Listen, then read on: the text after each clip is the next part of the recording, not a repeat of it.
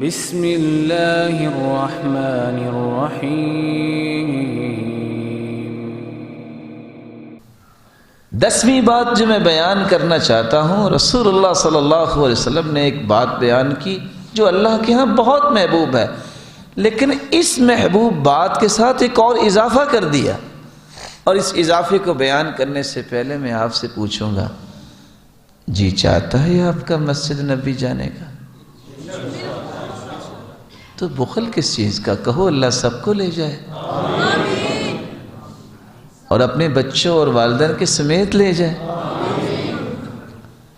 ایک نماز پڑھیں تو کتنا ثواب ملتا ہے؟ 1000۔ اور اگر وہاں اعتکاف کیا جائے تو لیلۃ القدر بھی اعتکاف اگر بیٹھنے والا خلوص نیت سے بیٹھے اور راتوں کو اللہ کی سامنے گڑ گڑائے اور قیام کے، اس کو لیلۃ القدر بھی ملے گی نا۔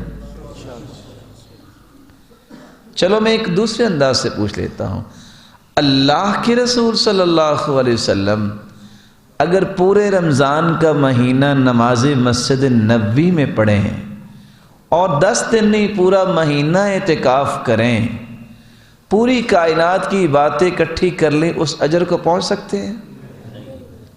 فرمایا وَلَأَنْ أَمْشِي مَعَ أَخِي وَأَقْضِيَ لَهُ حَاجَتَهُ أَحَبُّ إِلَيَّ مِنْ أَنْ أَعْتَكِفَ شَهْرًا فِي هَذَا الْمَسْجِدِ، میرے صحابہ میں ایک مہینہ اس مسجد میں یعنی مسجد نبوی میں اعتکاف کروں، اس سے زیادہ اجر والا اور محبوب عمل میرے نزدیک یہ ہے کہ میں کسی مسلمان بھائی کے ساتھ جاؤں اور اس کی جائز ضرورت کو پورا کر دوں۔ محبوب ترین عمل جب کریں گے تو اللہ کے محبوب بنیں گے۔